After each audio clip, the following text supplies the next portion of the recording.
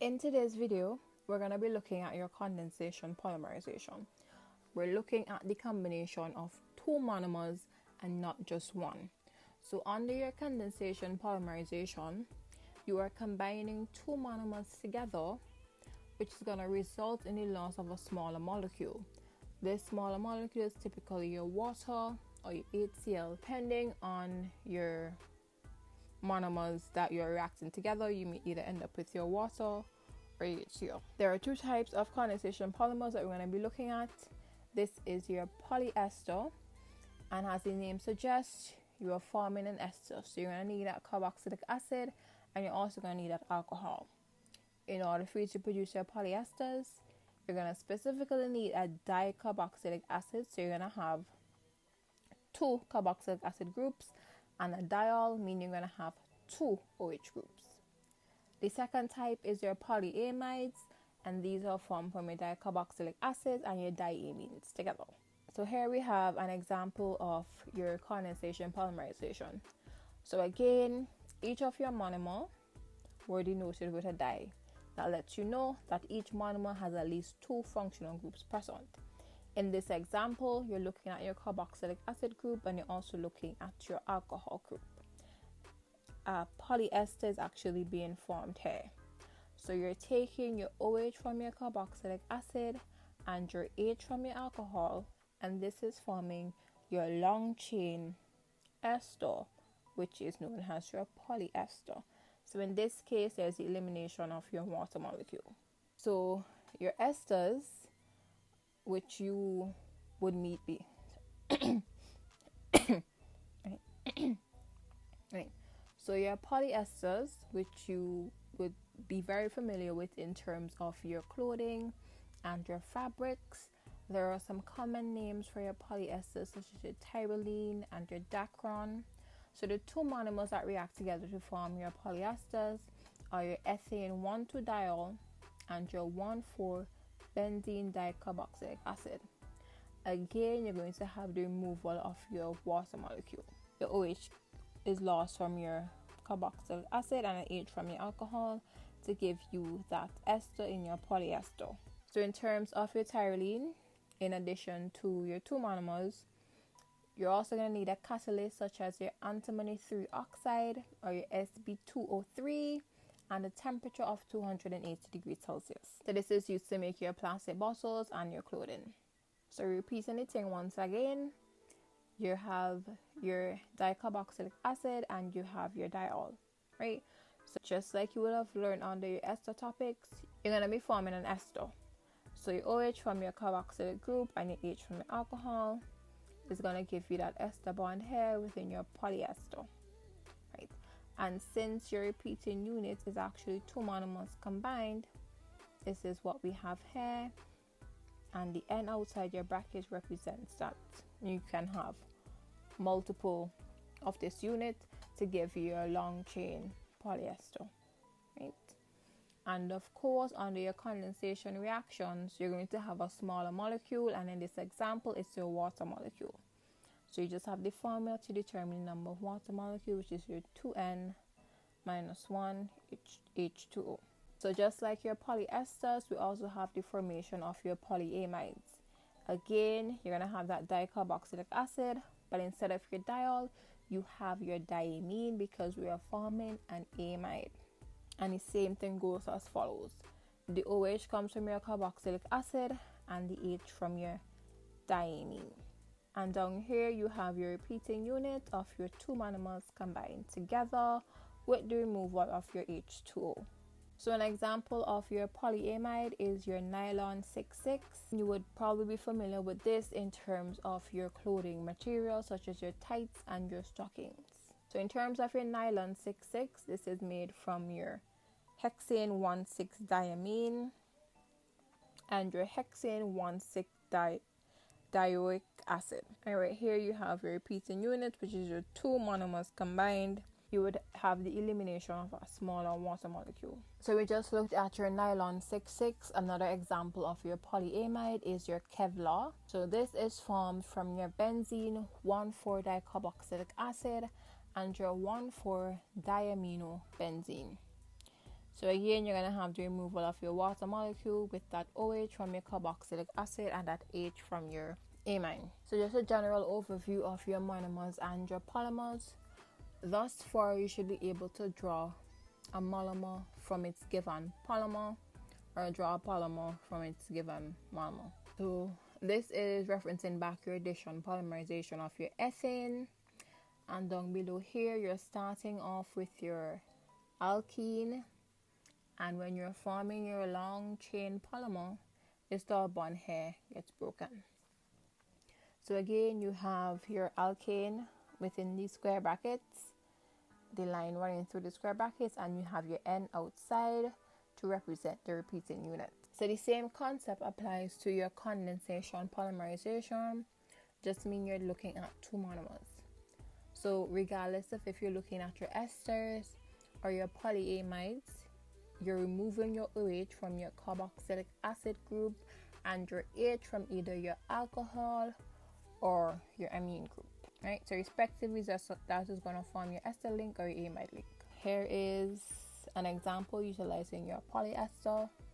So again, that OH is coming from your carboxylic acid, and the H in this example is coming from your alcohol, right? So this means that your water molecule here is going bye-bye. And down below here, you now have your polymer with the combination of your two monomers. So in this case, you have your ester link represented here. You have your square brackets, and you also have your N. So we just looked at some examples of your polyesters and your polyamides. Now we're going to take a look at some natural polymers. And these examples are also formed from your condensation polymerization. So we're going to be looking at your proteins that are formed from your amino acids, and then we're going to look at your carbohydrates formed from their smaller monomers such as your sugars. So your protein is an example of a polyamide. So it is an amide link, but it is commonly referred to as your peptide link. So your monomers of your proteins are coming from your amino acids, and we have 20 naturally occurring amino acids. So we're continuing on with your peptide bond formation, which is essentially a polyamide. So in order to form your protein, you are utilizing your amino acids as your monomers. In your previous topic, we would have looked at your amino acids. And your amino acids are going to have that carboxyl group from your carboxylic acid, your amino group or your NH2, your H, and your R. So you're forming a polyamide. So your OH is being lost in your carboxylic group of your amino acids, and then your other amino acid, the H, comes from your amine. This is going to result in the loss of your smaller molecule or your water molecule. So this here is going to produce your protein, which is your polyamide. So now we're going to briefly look at your secondary, tertiary, and your quaternary structures of your protein. So again, the primary structure is where you have your amino acids acting as monomers, forming that peptide link and giving you your protein. Under your secondary structure, you have your alpha helix, and you also have your beta plated sheets. And these are going to involve the folding of your polypeptide chain, stabilized by your hydrogen bondings. Secondary structure will fold together. It is generally stabilized by outside polar, hydrophilic hydrogen and ionic bond interactions and internal hydrophobic interactions.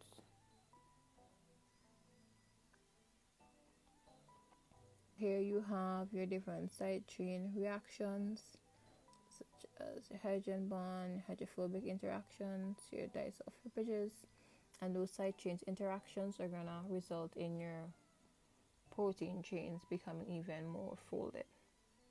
And lastly, you have your quaternary structure, which is made up of multiple polypeptide chains with those multiple folding and side chains interaction. So you just looked at your polyamides. We just looked at your proteins, which are an example of polyamides, but again, you call that your peptide bond or your polypeptide. That is what it's commonly referred to as. we're looking at another example, and this one is the formation of your carbohydrates. So under your carbohydrates, you have your simple sugars such as your glucose and your fructose, which are your monomers, and they're known as your monosaccharides.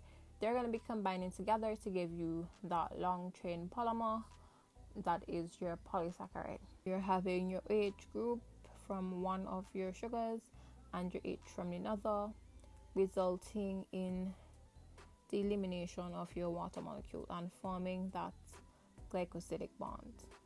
So in this given example here, you have two glucose sugars reacting together, resulting in the loss or the elimination of your water molecule. So here are some examples of your polysaccharides. So in all of your examples, you're going to have the removal of your water molecule here, and in each case you're forming your glycosidic bond. So depending on which sugar